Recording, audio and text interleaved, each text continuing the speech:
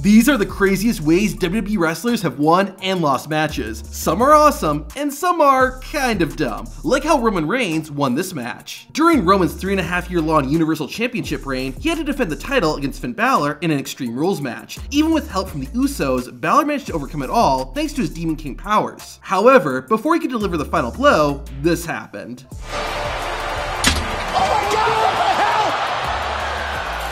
Yeah, Balor ended up losing the match because the top rope happened to break. Hundreds of wrestlers have used the top rope for decades with no issues, but it just happened to snap right before Finn Balor was supposed to win the match. This sounds like a storyline, like someone was trying to screw Finn out of the title. Well, the only thing that got screwed was the fans' intelligence. WWE literally said the top rope breaking was an act of God. Come on, don't drag God into this. What type of bush league?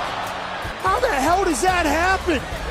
If that's an act of God, it's truly a miracle that fans didn't stop watching WWE altogether after seeing this. Now, that's a crazy way of retaining a championship. Here's an even more insane way someone won a championship. In 2004, Chavo Guerrero was the Cruiserweight champion and worked alongside his father, Chavo Classic. On SmackDown, Chavo defended his title in a triple threat match involving himself, his dad, and Spike Dudley. While it was technically every man for himself, both Chavos worked together to take down Spike so the champ could retain his title. In the chaos though, Chavo Classic got shoved by Spike Dudley, causing him to land on top of Chavo Guerrero. This technically was a cover, so the referee counted and the champion did not kick out. Therefore, Chavo Guerrero lost the match and the belt to his father. What makes this even crazier is that the Guerreros actually have a history of unintentionally winning WWE championships. On Raw in 2000, Chyna was defending her Intercontinental Championship against Kurt Angle as well as Eddie Guerrero. Chyna was Eddie's mamacita, so the match was really a 2-on-1 handicap match. However, Latino Heat's help would actually backfire.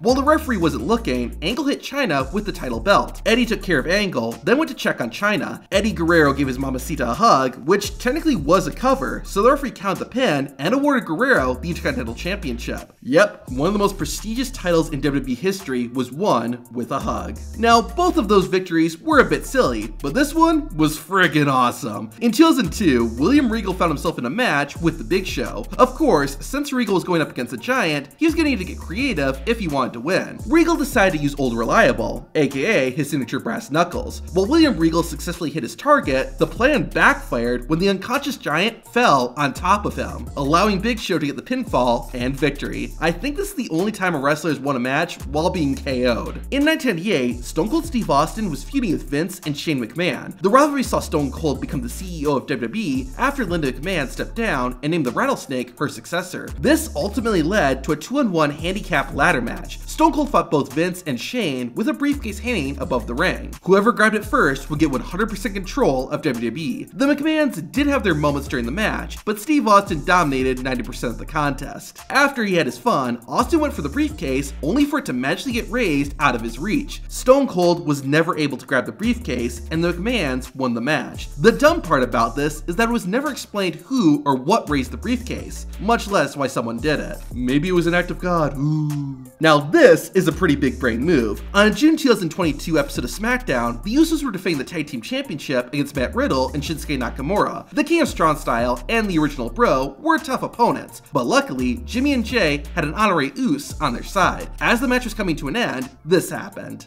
Riddle though, quick as a cat, meets him up top.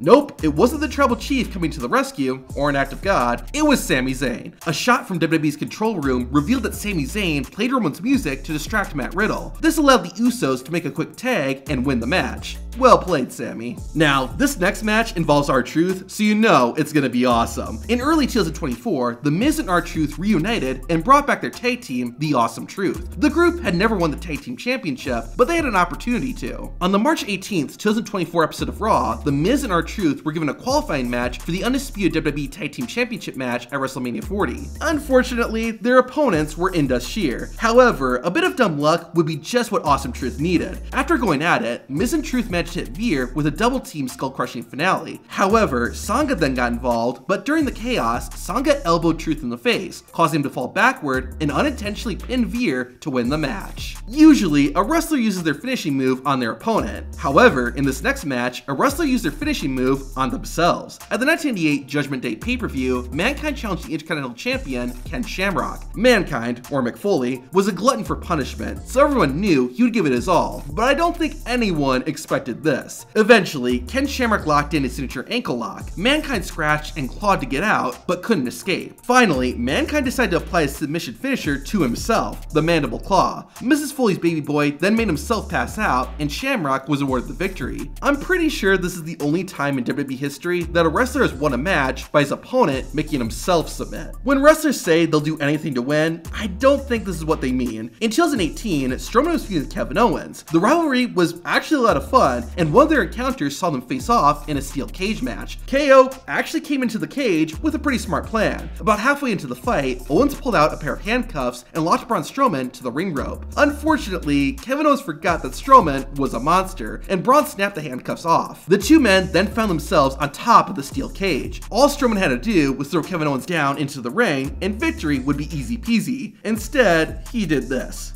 Don't do it! Oh my God, no! Okay, that was awesome, but since Kevin Owens touched the ground first, that meant he won the match. God made Braun Strowman strong, but forgot to give him brain. Triple threat matches are pretty tough to win, since as soon as you knock down one opponent, the other one breaks up the pin. However, Shawn Michaels thought of a clever way around this. In 1987, HBK was in a three-way match with Psycho Sid and Bret Hart. Bret locked Sid in the sharpshooter, and that's when Shawn Michaels made his move.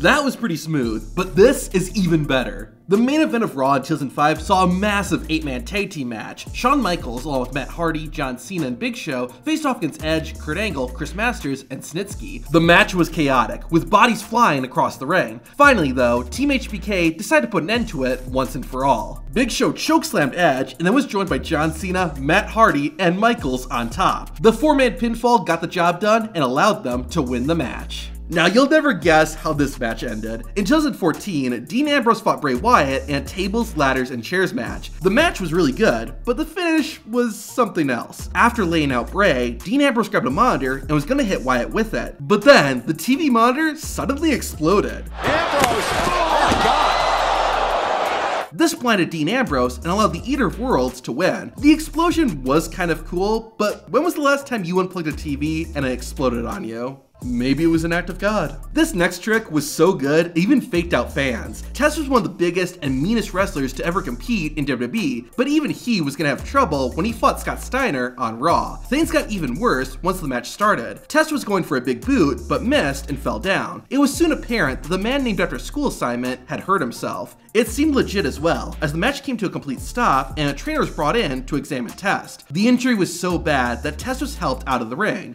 but then...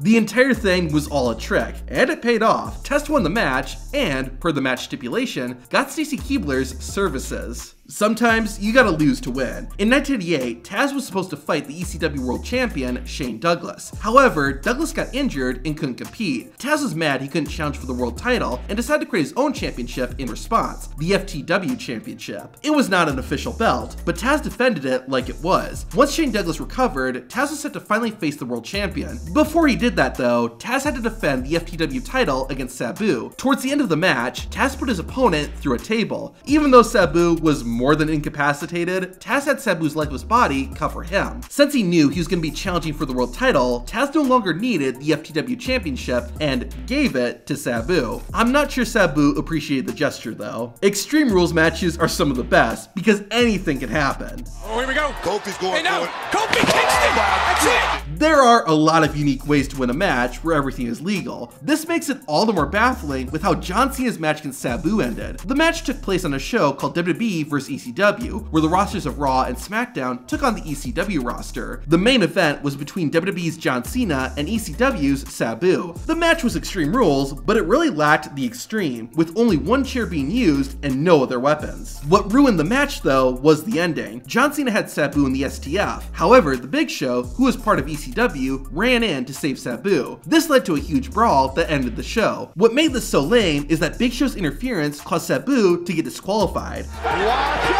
It's the Big Show! The newest member of ECW! The man that won the battle! Yes, an Extreme Rules match ended via disqualification. The only thing that's crazier than that is what Rikishi would do before his matches. To find that out, watch the video on screen.